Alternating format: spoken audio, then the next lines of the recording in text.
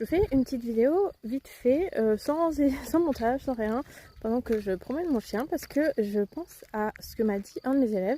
Il m'a fait la remarque que sur ma vidéo, sur l'utilisation de depuis, ça fait, il y a, pendant, que j'avais publié il y a assez longtemps maintenant, je n'avais pas mentionné une utilisation de depuis qui est assez intéressante. J'avais dit dans la vidéo que depuis, ça s'utilise uniquement avec les verbes au présent.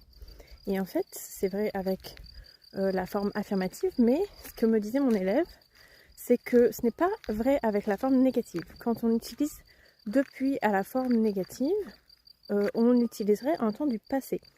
Donc, pour rappel, depuis, c'est pour traduire par since ou for en anglais selon les contextes. Si je dis j'apprends le français depuis 2 ans, ça veut dire que mon point de départ c'était il y a 2 ans et je continue aujourd'hui à apprendre le français. Donc mon verbe est au présent puisque c'est quelque chose qui dure encore dans le présent.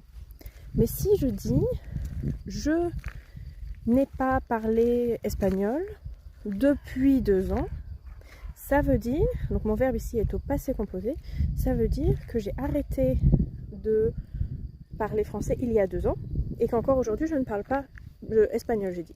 Je ne parle pas espagnol. Je n'ai pas parlé espagnol depuis 2 ans. Donc encore aujourd'hui je ne parle pas espagnol. Donc ça c'est avec le passé composé pour dire que quelque chose s'est arrêté il y a un certain nombre d'années et qu'encore aujourd'hui ça n'a toujours pas repris. Maintenant, on peut aussi l'utiliser avec le plus que parfait. Le plus que parfait, c'est j'avais parlé, j'avais fait, j'étais allé, etc. Donc on peut dire ça faisait... non, je suis sur depuis, pardon. On peut dire je n'avais pas parlé espagnol depuis 2 ans. Ça signifie que aujourd'hui, là, j'ai recommencé à parler espagnol. Mais qu'il y a eu une période de 2 ans, entre aujourd'hui et donc il y a 2 ans, que je n'avais pas parlé espagnol. Je n'avais pas parlé espagnol depuis 2 ans. Mais là, j'ai repris. C'est la différence entre le passé composé et le plus que parfait. Voilà, toute petite vidéo, surtout pour mes élèves un peu plus avancés qui comprendront de quoi je parle.